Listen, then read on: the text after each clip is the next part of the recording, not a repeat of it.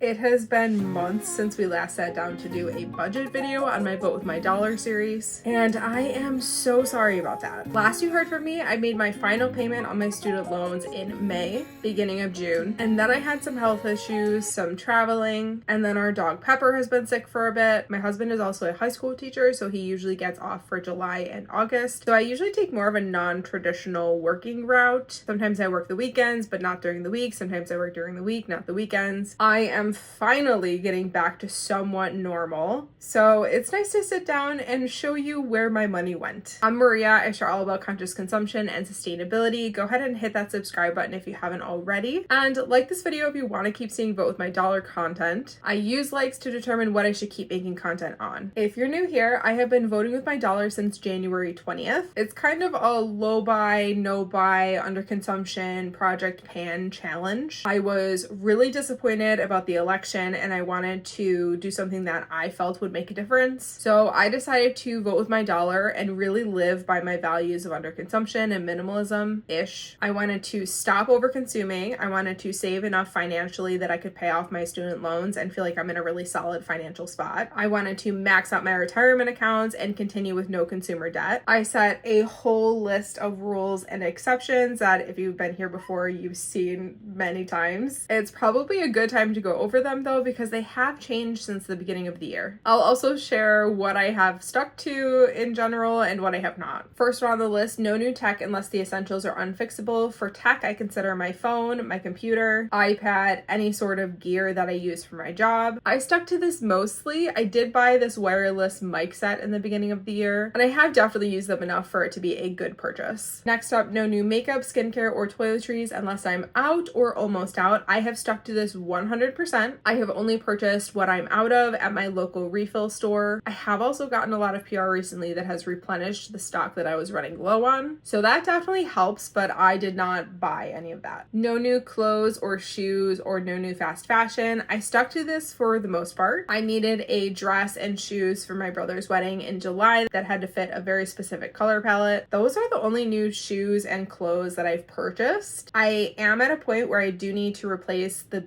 Birkenstocks that I wear daily because they've run down super bad, but I will probably wait until they're on sale to do that. It's something that I will probably buy around Black Friday or I'll ask for Christmas. No new craft supplies. I completely failed this one, 100%. I have taken up a couple new hobbies since the beginning of the year, sewing and embroidery, and while I was able to thrift a lot of those supplies, there were a lot of supplies that I couldn't, that I had to buy new. I have stuck to purchasing those supplies from mostly small businesses. I have gone to Michael's a couple times though, this summer especially, which we'll get into. No coffee out of the house except for traveling. We have for the most part stuck to this. Since January, I can count on one hand the number of times that we've gone to get coffee out and about, which is a huge improvement compared to last year when we were getting coffee once or twice a week. Now we make it at home. Next on my list, step 1 is always thrifting. Step 2 is always small businesses.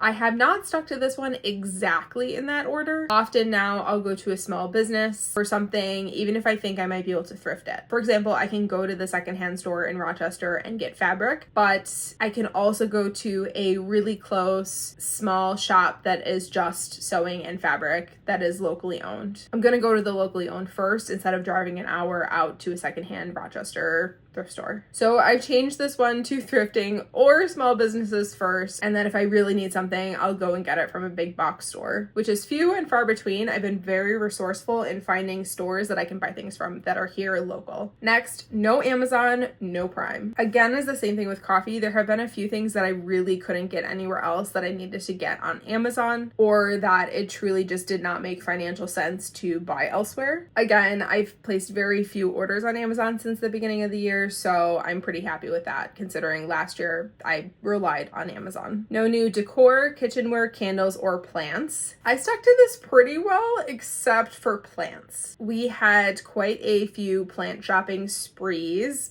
That's okay. All of my plants are still alive. I think my husband only lost 1 or 2, so I'll take it. No new books, library only. I have stuck to this 100%, the exception being the few pre-orders that I had from earlier in the year that I had pre-ordered last calendar year. No subscriptions that are not business related. So I canceled all of our streaming services and I had the intent to resubscribe for one a month whenever I felt like watching and catching up on shows. So far, I've had a streaming service for 2 of the 9 months, so I would say that that's really good. I spent a lot less on streaming subscriptions than I did last year. Project Pan, I just did a long update on this, so I'll link this video if you're interested, and a dedicated declutter session once a month. I kept up with it up until about June when life really just got chaotic and busy. I have done small area declutters when they need it, cleaning out and decluttering certain shelves in our closets, but I have not done major decluttering sessions since June like I had intended. So I will be getting back to that for September. All of my exceptions are gifts for birthdays and holidays, replacements of things if I'm almost out, and if I need to replace an item, it must be a highly researched, high quality upgrade, because in this household we buy nice or we buy twice.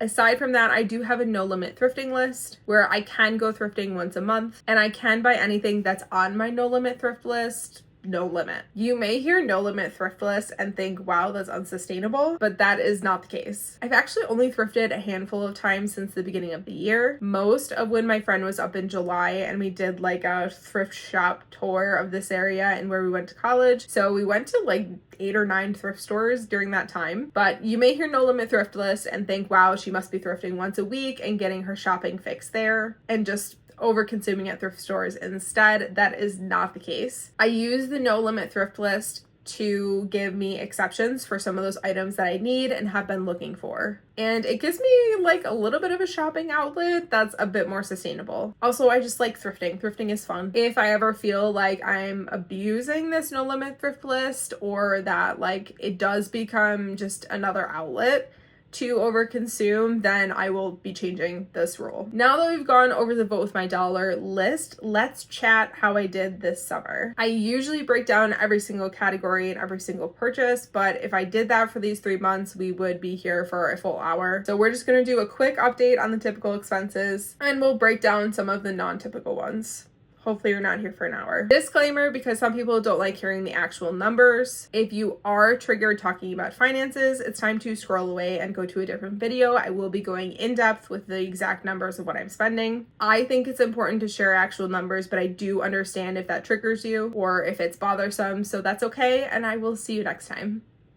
So for our mortgage, taxes, and insurance in June, we paid $1,188.90. Unfortunately, taxes went up in July and August, so our new monthly amount is $1,226.77 for each month and for the next year. Love our 3% interest rate. Our utilities for June totaled $372.41. For July and August, they were higher because of our air conditioning, so these months came to $397.46 and $423.52. So not too bad. Groceries and eating out for June were high. It was $1,528.23. We ordered food a lot because we were really sick. So this also includes medication expenses for the 2 of us too. I did not separate that out. July was a bit better. It was $1,391.44. Mind you, our budget is supposed to be $600. So not great. August, we did stick to it though and spent closer, a total of $676.95. We're already back on track for September too. So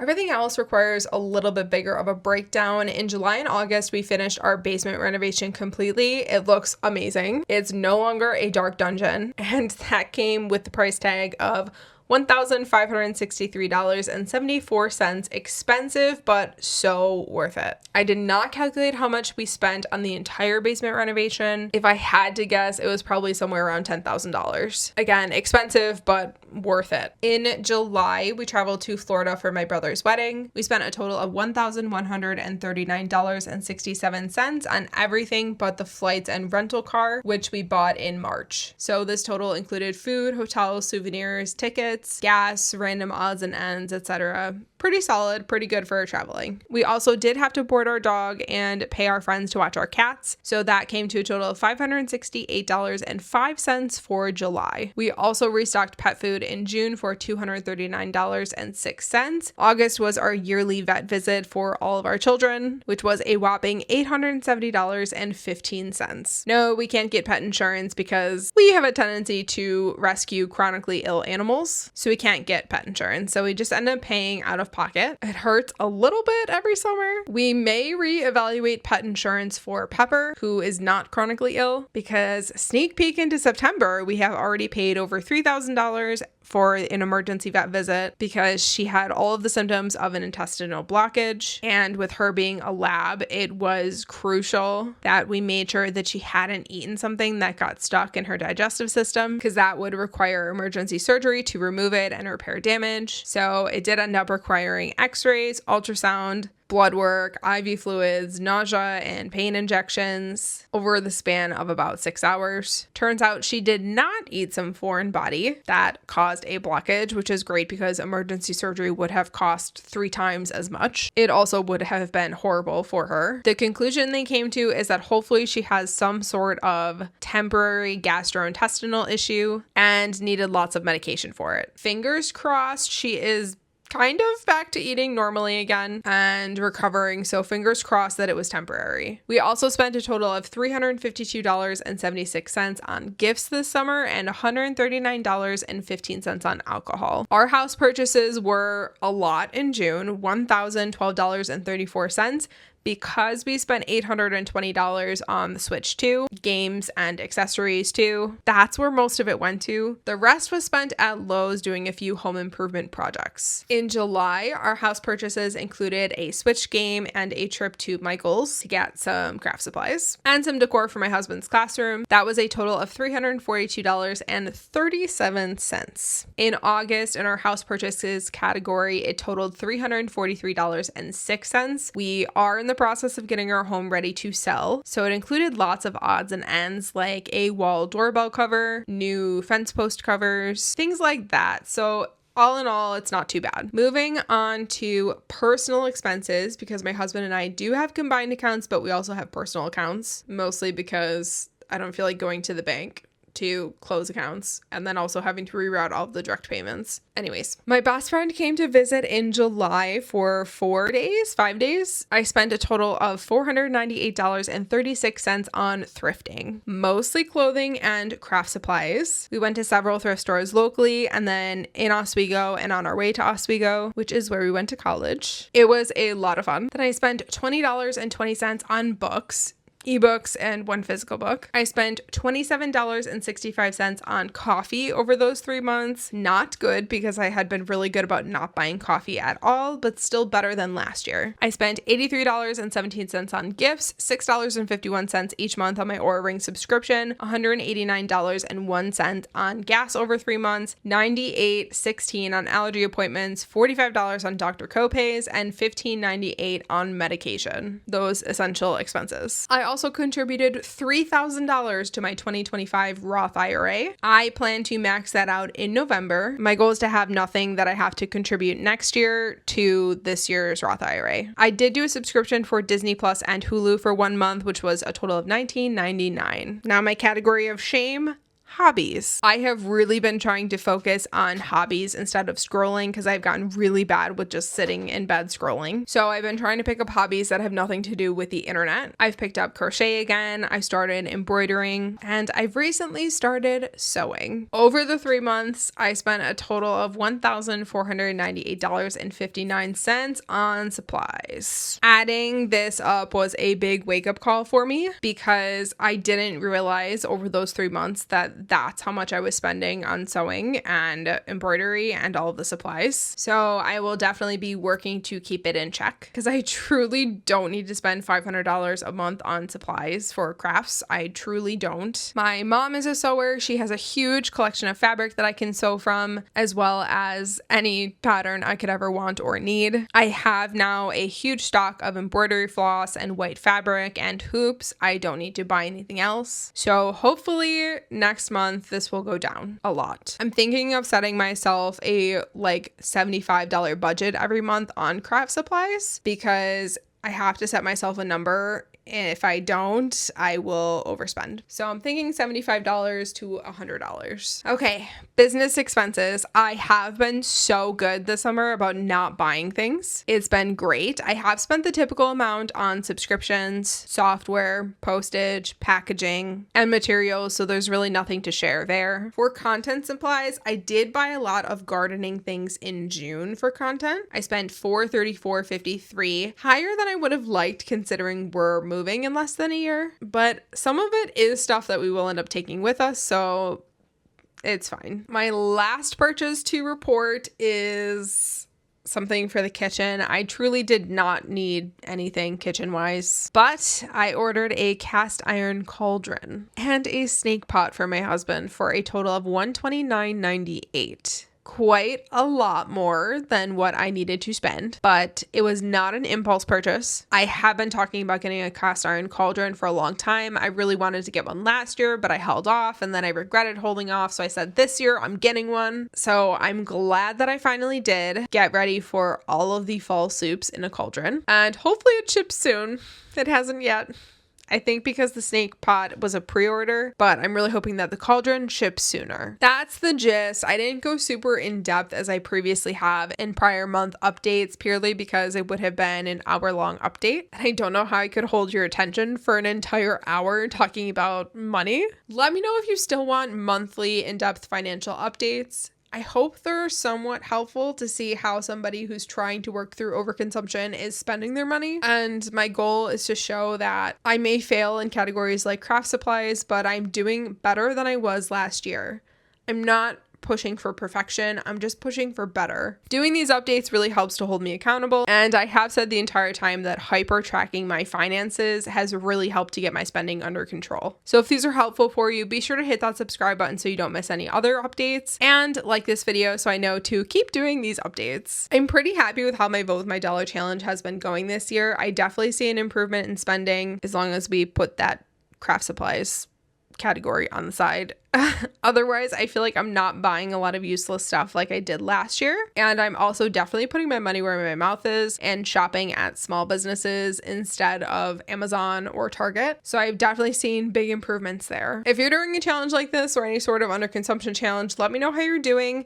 We are on month 9, almost 3/4 of the way through the year. Super exciting. And let me know kind of how your challenge has evolved since the beginning of the year. Have any of your rules changed? Have you added new rules? Let me know. We can all inspire each other. That's all for this video. I hope you have a beautiful rest of your day. Happy vote with your dollar, and see you next time.